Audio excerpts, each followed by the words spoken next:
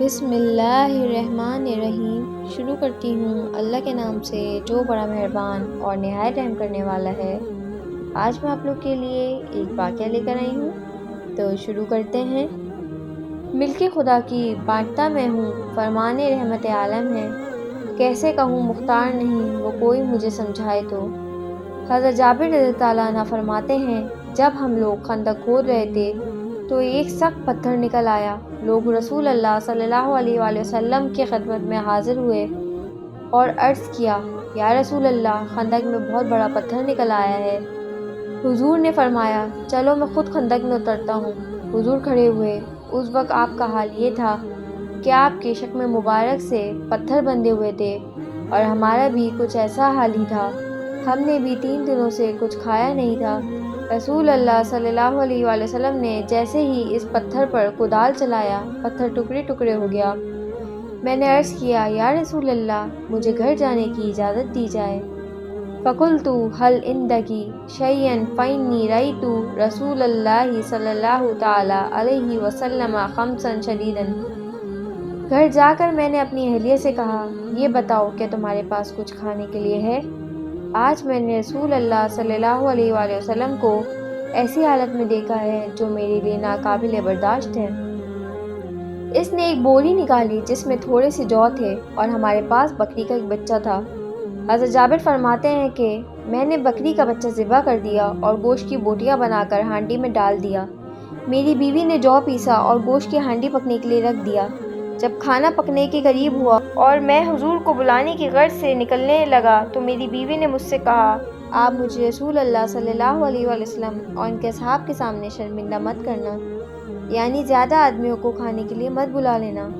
میں رسول اللہ صلی اللہ علیہ وآلہ وسلم کی خدمت میں حاضر ہوا اور سرگوشی کے انداز میں عرض کیا، یا رسول اللہ، ہم نے آپ کے لیے کھانا تیار کیا ہے، آپ 1-2 صحابہ کو اپنے ساتھ لے کر میرے گھر چلیں۔ رسول اللہ صلی اللہ علیہ وآلہ وسلم نے دریافت فرمایا، کتنا کھانا پکایا ہے؟ میں نے بتا دیا کہ 1 بکری کا بچہ ذبح کیا ہے اور 1 سا جو کا آٹا ہے۔ حضور نے فرمایا، یہ تو کافی ہے اور بہت اچھا کھانا ہے۔ آپ نے فرمایا، جاؤ اور جا کر اپنی بیوی سے کہہ دو کہ وہ ہانڈی نہ اتارے اور تندور سے روٹیاں نہ نکالے جب تک کہ میں خود نہ آ جاؤں۔ فصاح النبی صلی اللہ تعالی علیہ وسلم فقال، یا اہل الخندق ان جابرا قد صنع سورا فہی حل بکم۔ پھر رسول اللہ صلی اللہ علیہ وآلہ وسلم نے بلند آواز سے فرمایا، اے خندق والو، جابر نے تمہارے لیے ضیافت کا اہتمام کیا ہے، لہٰذا آ جاؤ، جابر کے گھر چلیں۔ رسول اللہ صلی اللہ علیہ وآلہ وسلم انصار اور مہاجرین کے ساتھ تشریف لے آئے۔ آپ لوگوں کے آگے آگے تھے۔ میری بیوی نے گھبرا کر مجھ سے کہا کہ آپ نے تو میرے ساتھ وہی بات کر دی جس کا مجھے خدشہ تھا۔ میں نے اس سے کہا کہ میں نے حضور سے ویسے ہی عرض کیا جیسے کہ تم نے مجھ سے کہا تھا۔ فبصق فیہ وبارک ثم عمد الی برمتنا فبصق فیہ وبارک۔ حضور نے آٹے میں لعاب دہن ڈالا اور برکت کی دعا کی، پھر ہانڈی میں لعاب دہن ڈالا اور برکت کی دعا کی۔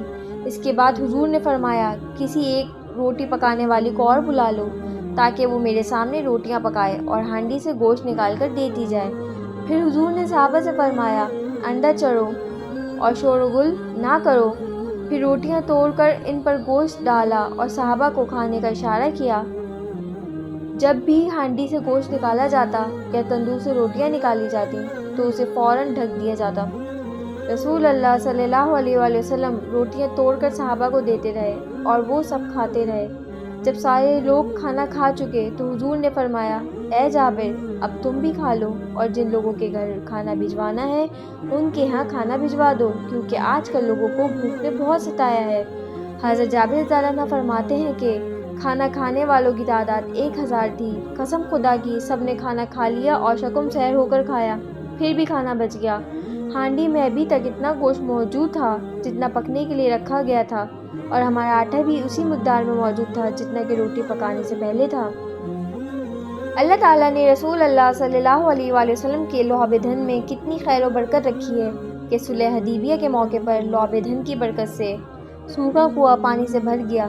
جنگ خیبر کے موقع پر حضرت علی رضی اللہ عنہ کی آنکھ کا مرض دور ہو گیا اور اس واقعے میں روٹی اور گوشت میں اتنا اضافہ ہوا کہ چند آدمیوں کے کھانے کو 1000 آدمیوں نے کھا لیا۔ آپ کے حکم سے پڑوسیوں کو بھی بھیجا گیا، پھر بھی کھانا بچ گیا۔ کون ہے جو ہر کسی کا مونس و غمخوار ہے؟ وہ محمد مصطفیٰ جن کو سبھی سے پیار ہے۔ سبحان اللہ، سبحان اللہ۔ اگر آپ کو میرا چینل پسند آیا ہو تو اسے لائک کیجیے، سبسکرائب کیجیے اور دوستوں کے ساتھ شیئر کیجیے تاکہ میری آنے والی ویڈیوز آپ تک پہنچ سکے۔